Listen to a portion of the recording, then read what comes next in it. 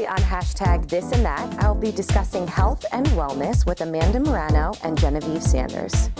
Depending on your own personal schedule, try to work it out for that. If you can get to the gym like a minimum of 3 times a week, that's great, you know, Okay. but some people are so busy, maybe they can only get once, but I hate to like give a specific number because I know that if some people feel like they can't reach that, then they get discouraged. So it changes on the person. It does, it varies, and you have to know that, you know, hey, if you can't get to the gym as much, make sure you're on top of what you're eating. It's easy to have that mindset when you go to the gym and you really worked really hard and you feel like ravenous after your workout and you just want to eat. Yep. But it's very easy to overeat. Yes. And overestimate how much you actually did do and how many calories you actually did burn. Hashtag This and That is a show dedicated to covering a diversity of topics important to women from the perspective and experience of fellow women. Our goal is to give the inside scoop to help and educate women on issues relevant to our daily lives.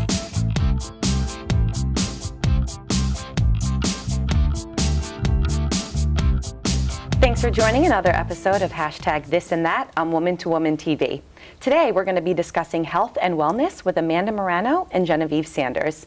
Amanda, thanks for joining us. Yeah, thank you so much for having me. This is awesome. Absolutely. Why don't you tell us a little bit about yourself? Yeah, so I studied exercise science in college, so I have a degree, and I'm currently a certified personal trainer by the American College of Sports Medicine. Okay, wow. Yeah. So how did you decide to go into that after college? Well, I played a lot of sports in high school, so Okay. I was a big tennis player, I ran track, so I was always into fitness. Actually wanted to be a nutritionist for a while, but I decided to go more of the exercise route. Okay. So, yeah. Did you take any classes for nutritionist? I did, yeah. I took a couple classes. I kind of concentrated in it, so Okay. because I thought I was going to study in graduate school, but I ended up finding a really great job at a nice training facility. So I've been working as a fitness trainer. Okay, awesome. And so I'm sure nutrition fits into that a lot. Do you help your clients with that? Yes, definitely. I usually have my clients keep a food log. Okay. I try to stay on top of their diet because it really is like 70% diet, 30% exercise. So that's like one of the most important parts. Absolutely. And I think a lot of people feel that as long as you work out a lot in the gym, it's okay to go and eat a double whatever you want, cheeseburger. right. Absolutely. So could you speak to a little bit about why that actually is not true? Right. So yeah, a lot of people, you know, I'm guilty of it myself. If I go and I have a really great workout, I just think that like, you know, I'm going to go and eat whatever I want to after, but it sort of negates what you're doing. So if you're putting a lot of work in the gym, you want to treat your body right. You want to, you know, make sure you're getting enough protein in your diet. When you're exercising or running or lifting weights, you're breaking down your muscles literally while you're doing that. So it's important to treat them right and get some, you know, a good diet, get some protein in your diet. So, Okay, for sure. absolutely. So could you tell us a little bit about what it's like to work in a gym as a personal trainer? Yeah, this past year was the first time I've ever done that since graduating from college, and it's really awesome. You know, I was working based out of like a very busy year-round facility. Okay.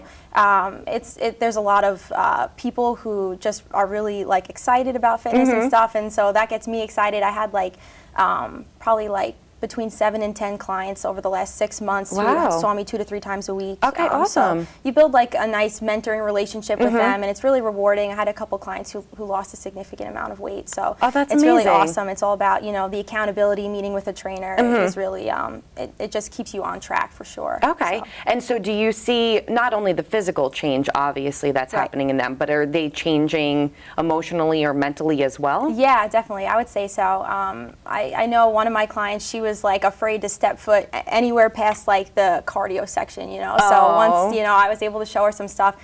By the time, you know, we had finished training together, she was like, thank you so much. I'm doing things I never thought I would do. And I feel like a lot of, especially women, feel that way. They're afraid to, you know, try equipment out. They think it's mostly for men. But, you know, sometimes meeting with a trainer and having them show you a few things really helps your confidence a lot. So. Absolutely. So do you train any men as well?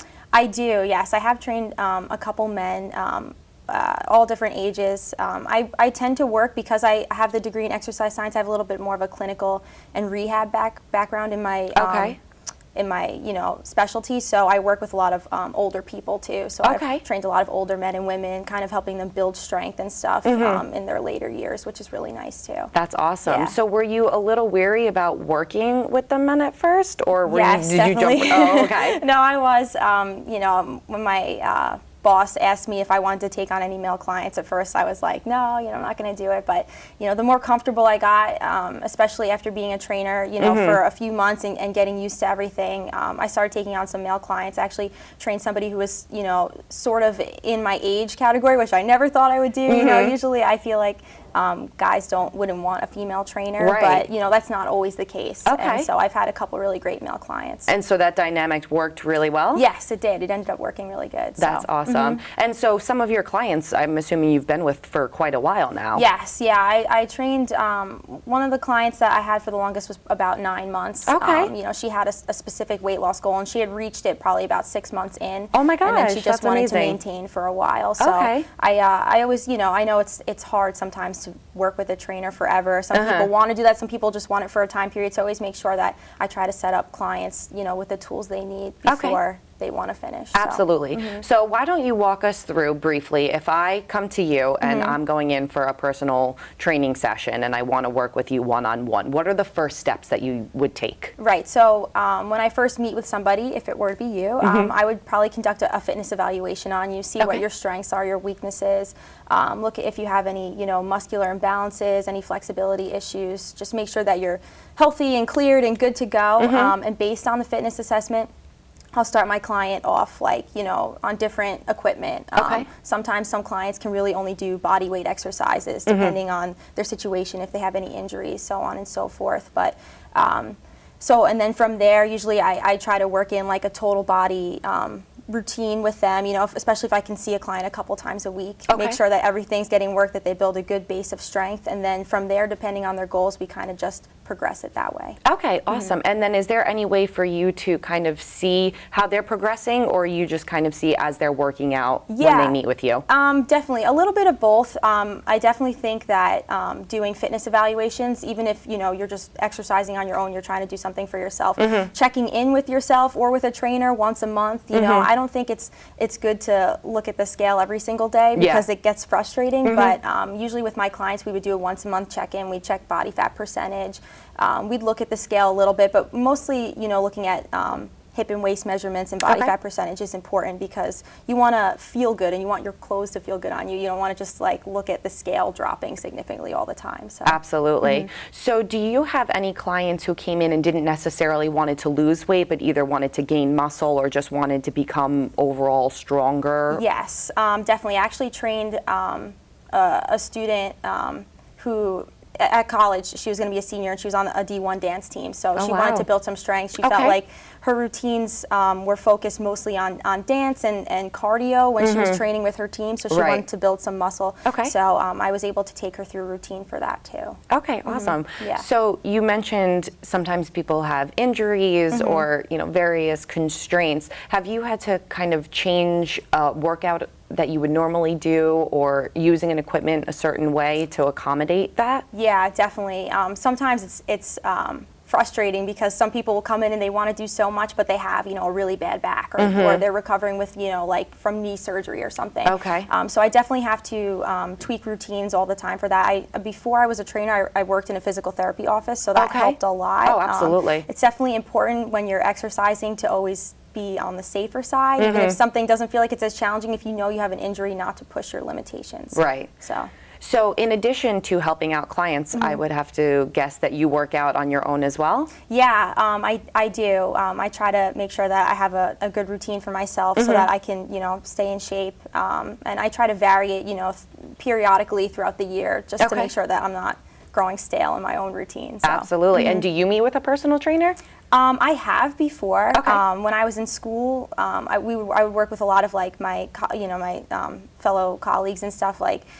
We would kind of train each other, practice on each other for tests and things like that. But before I actually got into a gym and started working as a trainer, I wanted to make sure that I had somebody train me first, just to get the feel for it. So I have worked with a trainer a couple times before. Okay, absolutely. And so you mentioned before it's good to either check in with a trainer or meet with a trainer at least once. Can a lot of gyms provide a personal trainer for clients? Yes, they definitely can. Depending on the facility, some places they have trainers available to work with clients all the time. You can schedule usually one-time sessions. If you know that you've been working out on your own and doing stuff on your own, I would tell somebody, meet with a trainer, tell them what you're doing, and then schedule something with them in a couple weeks so that, they know where you're at now, and then they'll be able to see where you're at in a few weeks, and it'll be a nice check-in. Absolutely. And so when you meet with your clients, do you give them either at-home workouts or workouts to do when they're by themselves in the gym? Yeah, definitely. I think that's so important because especially for clients who maybe only want to meet with me once a week, where I was working, there was even a package you can meet once a month with a trainer.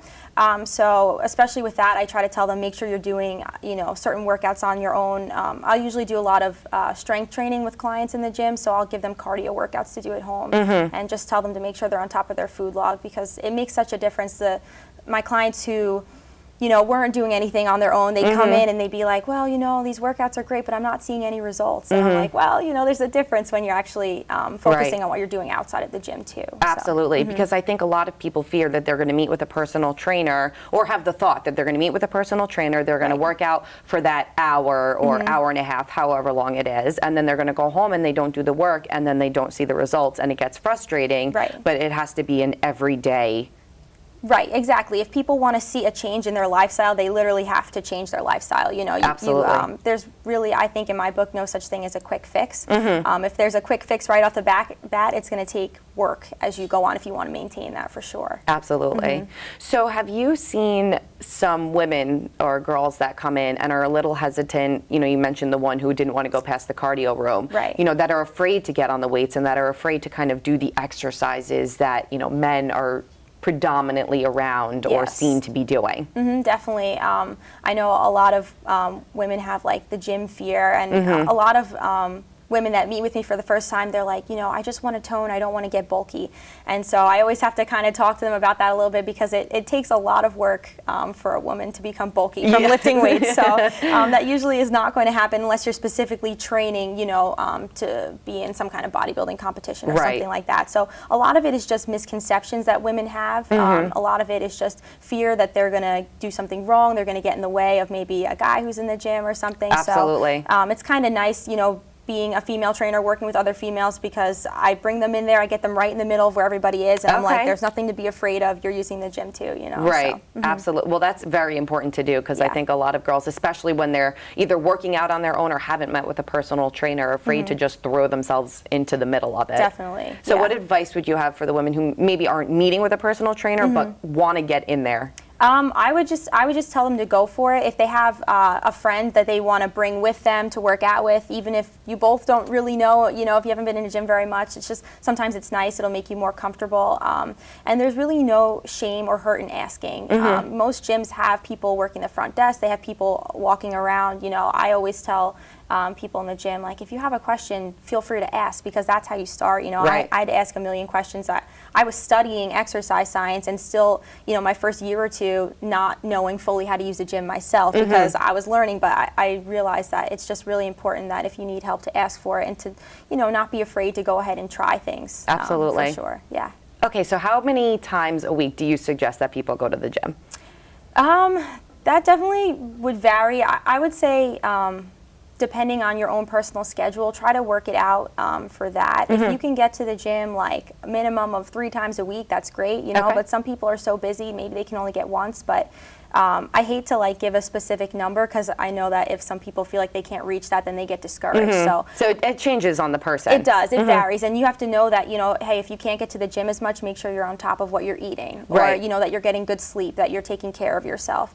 If you know that you're on the go and you're eating out a lot, and you have the time to get to the gym, try to get in there a little bit more just to keep everything in balance. Absolutely. And so, what are your recommendations? Because sometimes people just like to do the cardio, they just like to run or do the elliptical. And then sometimes people just like to lift weights because they just want to bulk up or they just want to tone. What's the balance if there is one? Yeah, there definitely should be a balance. I know for myself personally, I kind of want to have a little bit of everything, cardiovascular fitness and some strength. So I usually recommend that people, especially women, lift 2 to 3 times a week if you want to do that, but not to leave cardio out because doing cardio is really healthy for your heart. You really need to keep that in mind. So if you can lift and then do a little bit of cardio after you lift, that's actually very beneficial.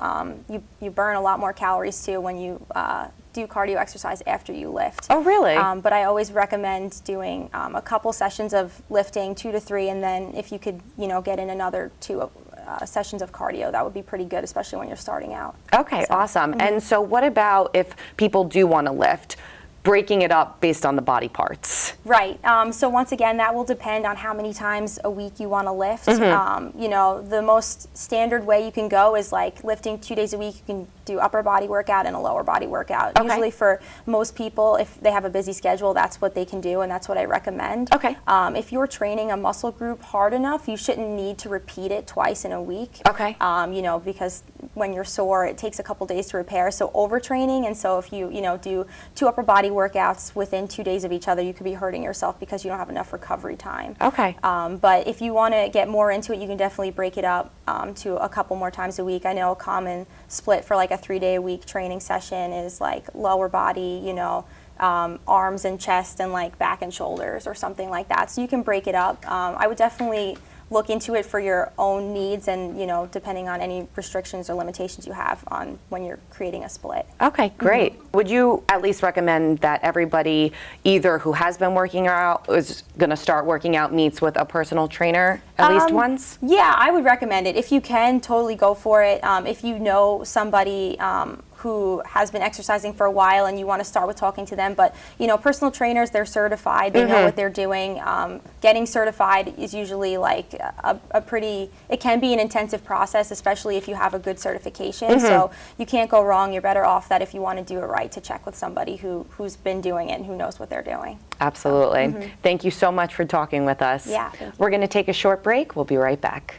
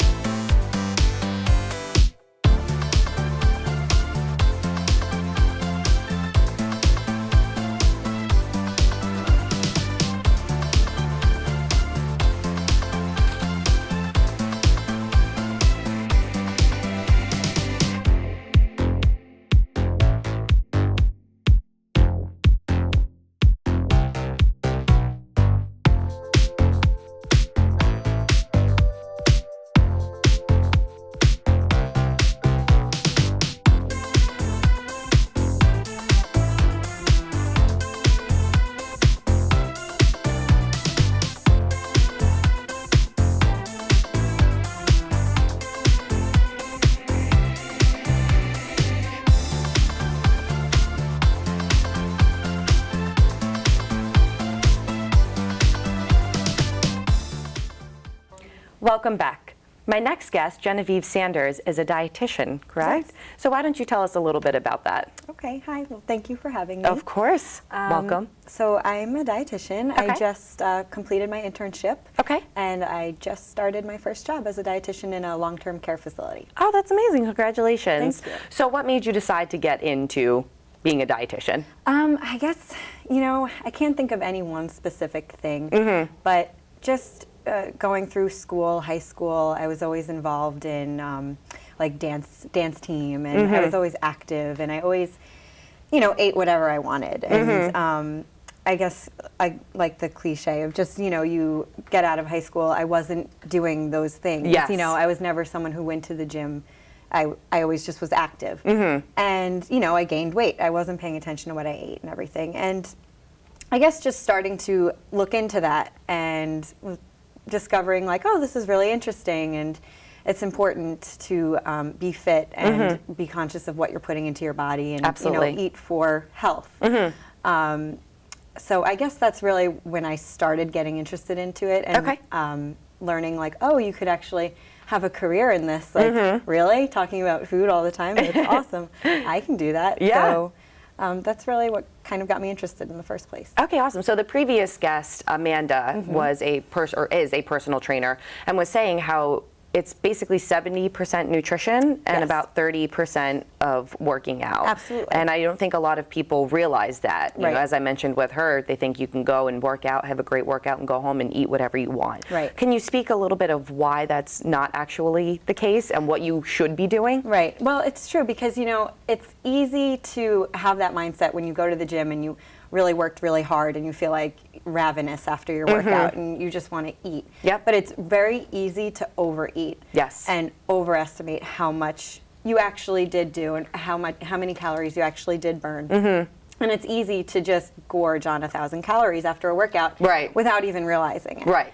So it's important to be conscious of that. And, you know, your needs do increase when you exercise heavily, but, you know, not as much as some people think. So it is, you have to be conscious and, you know, and also when you're exercising towards a goal, it's important that you're putting the right things back into your body for rebuilding and repairing Okay. and to really meet those fitness goals. Because if you're not feeding yourself with the nutrients that you need to rebuild and repair, you're not going to get anywhere. Okay. So you hear a lot of times protein shakes, protein shakes, protein, Yeah. protein bars. Tell us about protein. Protein. Yes, tell us about this protein. You know, yes, protein's important, but so are carbohydrates and so is fat. And, you know, I feel like in nutrition, there's so much information out there, and it's important to have people like dietitians who are trained and they have, you know, we have a credential to uphold and we have standards. You have to have a certain level of education. You have to withhold your credential. There's so much misinformation out there. So, yes, back to the protein. You know, people like to focus on one thing. And, you know, the protein is important for rebuilding, but carbohydrate is also important for replenishing your muscles. Okay. So it's important to have a balance. Okay. And so I hear sometimes you shouldn't eat after 8 p.m. You shouldn't eat Right. after 9 p.m. You shouldn't eat after. What's the truth with that, or what's the standing, or does Yeah. it depend on the person? You know, it depends on the person. And, you know, I hate putting times on things like, oh, you Yeah. can't eat after 8 p.m. or something because, you know, all through when I was going through school, I waitressed and I worked late hours and I would Yep. have a full meal after work. It might Yeah. be 10 p.m. It doesn't matter what time it is. I'm hungry. Yeah, especially if you haven't had it Yeah. beforehand. You didn't have your dinner yet. You didn't have those calories yet. You know, Yeah. you need to refuel your body. If you're feeling hungry, it's because you're hungry. Mm-hmm. You know, and that's also important to be mindful of, like when you're hungry or when you're bored. Right. You know, the thing with not eating past 8 p.m. A lot of times that comes with because people are, you know, relaxing on the couch Yep. and they're watching TV and they already had dinner. Yes. And they're bored, so they're munching. And that's Yeah. where that idea comes in, to not eat after that time, because maybe for some people that's a goal that it helps them to not overeat. Right. When you're not really hungry, you're just kind of mindlessly. And a lot of times at that point, you're not eating carrots and hummus, you're eating popcorn, chips, candy. Exactly. Yeah, exactly. Okay, awesome. What is the difference between a dietitian and a nutritionist? Oh, okay, that's a very important question. So, as a dietitian, you have a credential. It's a national credential that you have to uphold, and there's a minimum requirement in order to get that credential. You have to have a bachelor's degree in nutrition, Okay. or a related subject, and then you have to complete a year-long internship. Okay. You know, the times vary, but it's a certain amount of hours you have to complete before you're even eligible to take the registered dietitian exam. Okay. Before you can get that credential. Okay. So that being said, a nutritionist, you know, have you ever read a blog on nutrition or anything? You see them all over the Yeah, place. I so- don't know that I have specifically followed one. Yeah, but like you read something about nutrition in Yes. your life, so you're a nutritionist. You know, like nutritionists, they don't have, there's nothing, there's no standard for it. Whereas a dietitian, you have standards that you have to uphold. You have to do continuing education. You have to stay current with the science, and you know, you're liable for the information that you're giving. Everything has to be research-based, and you can't just, you know, you know, low-fat diet. Okay, let's run with that. Or gluten-free. Yes, that's the new thing. That's the diet you have to do. You know, like no, as a dietitian, you really look at the research and, you know, go based on that. Whereas nutritionists, a lot of them can have varying backgrounds. A lot of them can be very qualified. but someone else could also have just, read a book on nutrition. Right. So do you recommend that someone meets with a dietitian just to make sure that either what they're doing is correct, or if they wanted to get onto a healthier regimen? Yeah, absolutely. I mean, if you're going to a dietitian, you know that they have a certain level of education, that they're qualified to really help you. And clinically also, like if you have anything going on medically, if you have diabetes, if you have hypertension or heart disease, or varying diseases, Right. they're able to help you in that sense as well. Because nutrition or dietitian, basically what you're putting into your body can really affect everything overall. Right. Right? Absolutely, yes. So, as the dietitian, you really clinically you look at them and everything. Okay, that's great. Thanks so much for joining us. Thank you. Thank you for having me. Absolutely. Thank you for joining another episode of #ThisAndThat on Woman to Woman TV.